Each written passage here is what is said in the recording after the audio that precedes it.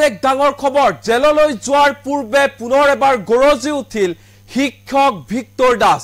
Victor দাসৰ ফালৰ পৰা কোৱা হৈছে যে মই ষড়যন্ত্ৰৰ বলি হৈছো, বিজেপিয়ে ষড়যন্ত্ৰ কৰি মোক গ্ৰেপ্তাৰ কৰোৱাইছে আৰু জেললৈ প্ৰেৰণ কৰোৱাইছে, কিন্তু মই ভয় কৰা মানুহ নহয়, মই বিজেপিলৈ ভয় নকৰো, ইয়াৰ উচিত প্ৰত্যুত্তৰ দিব ছাত্ৰ সমাজে। এই মন্তব্য কৰি গৈছে জেললৈ যোৱাৰ পূৰ্বে শিক্ষক ভিক্টৰ দাস। আৰু ভিক্টৰ দাসক 14 দিনৰ বাবে জেললৈ প্ৰেৰণ কৰিছে আদালতে। এই মুহূৰ্তৰে ডাঙৰ খবৰ জনাইছে নিটক্সৰ দৰ্শকক। 14 দিনৰ বাবে জেললৈ প্ৰেৰণ কৰা হৈছে শিক্ষক ভিক্টৰ দাসক।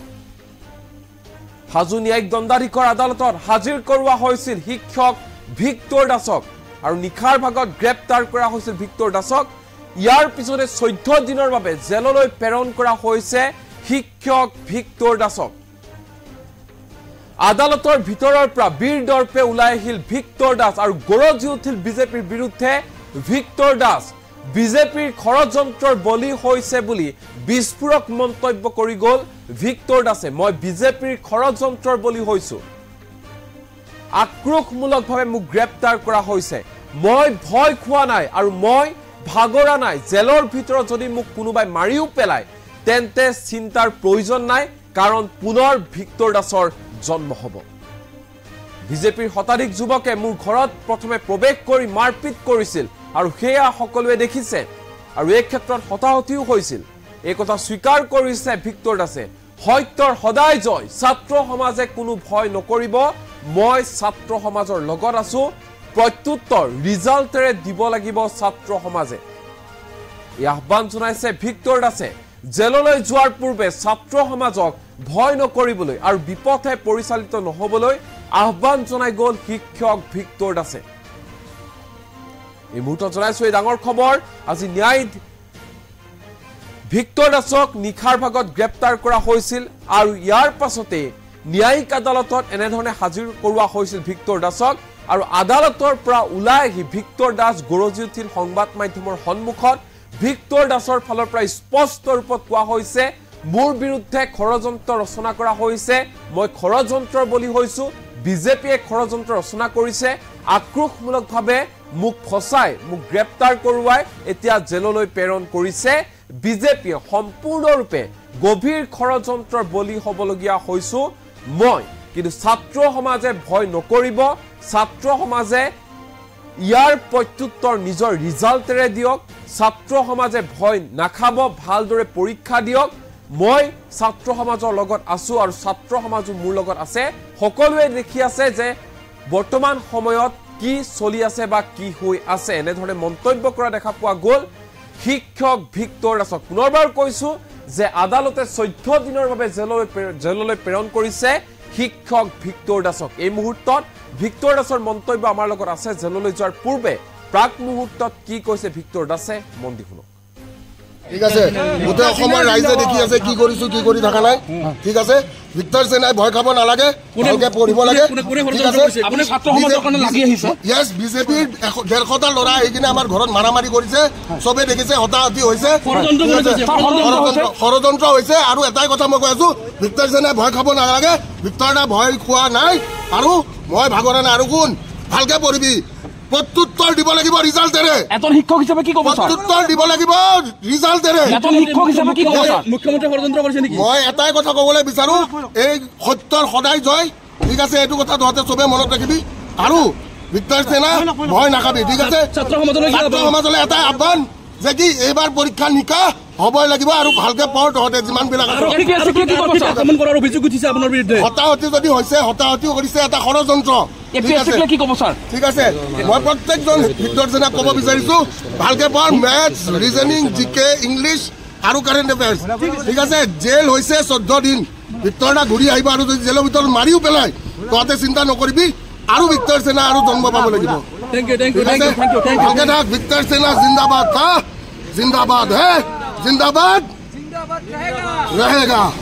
ঠিক আছে গোটেই অসমৰ ৰাইজে দেখি আছে কি কৰিছো কি কৰি থকা নাই ঠিক আছে ভিক্টৰ সেনাই ভয় খাব নালাগে ভালকে পঢ়িব লাগে ঠিক আছে আপুনি ছাত্ৰ সমাজৰ কাৰণে লাগি আহিছে ইয়েছ বিজেপিৰ 150টা ল'ৰা আহি কিনে আমাৰ ঘৰত মাৰামাৰি কৰিছে চবে দেখিছে হতাহতি হৈছে ষড়যন্ত্ৰ হৈছে আৰু এটাই কথা মই কৈ আছো ভিক্টৰ সেনাই ভয় খাব নালাগে ভিক্টৰ দা ভয় খোৱা নাই আৰু মই ভাগৰা নাই আৰু কোন ভালকে পঢ়িবি প্ৰত্যুত্তৰ দিব লাগিব ৰিজাল্টেৰে এজন শিক্ষক হিচাপে কি ক'ব স্যাৰ প্ৰত্যুত্তৰ দিব লাগিব ৰিজাল্টেৰে এজন শিক্ষক হিচাপে কি ক'ব স্যাৰ মুখ্যমন্ত্ৰী ষড়যন্ত্ৰ কৰিছে নেকি মই এটাই কথা ক'বলৈ বিচাৰো এই সত্যৰ সদায় জয় ঠিক আছে এইটো কথা তহঁতে চবে মনত ৰাখিবি আৰু ভিক্টৰ সেনা ভয় নাখাবি ঠিক আছে ছাত্ৰ সমাজলৈ এটাই আহ্বান যে কি এইবাৰ পৰীক্ষা নিকা হ'বই লাগিব আৰু ভালকে পঢ় তহঁতে যিমানবিলাক আক্ৰমণ কৰাৰ অভিযোগ উঠিছে আপোনাৰ বিৰুদ্ধে হতাহতি যদি হৈছে হতাহতিও কৰিছে এটা ষড়যন্ত্ৰ কি ক'ব স্যাৰ ঠিক আছে মই প্ৰত্যেকজন ভিক্টৰ সেনাক ক'ব বিচাৰিছো ভালকে পঢ় মেথছ ৰিজনিং জিকে ইংলিছ